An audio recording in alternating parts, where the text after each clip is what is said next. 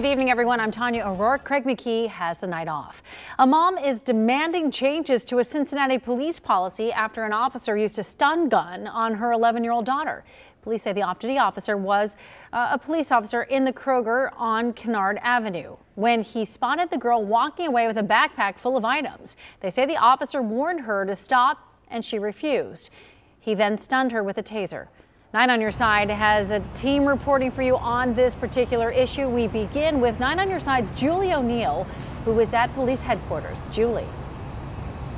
11 is young, but Cincinnati police policy states that the policy is actually that kids can be as young as 7 and be tased. And a lot of city leadership tonight feels like that needs to be changed. I don't care if it's not your kid. Everybody has kids. Consider changing that. Consider changing it. Donna Gowdy showing us the barb marks left by a taser in her 11-year-old daughter's back. Can't imagine the need for an even younger child to be tased. Come on now. 7?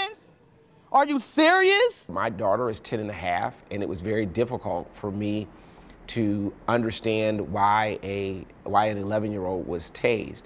Vice Mayor Christopher Smitherman now calling for a change in CPD policy to raise the allowable age for officers to use a taser on a suspect to 12.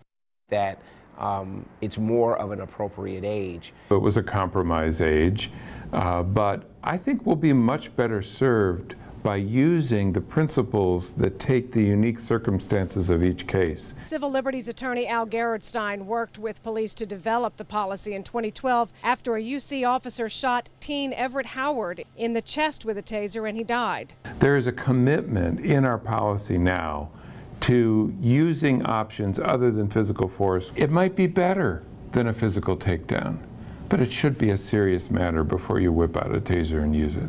Officers are now trained to shoot in the back, but they must always weigh the use of force against other safety risks. Fraternal Order of Police President Dan Hill says he's okay with changing the policy, but says the officer in question did follow procedure. And for everybody to knee-jerk and pile on in this case, just because they want to use the age number, to me is wrong.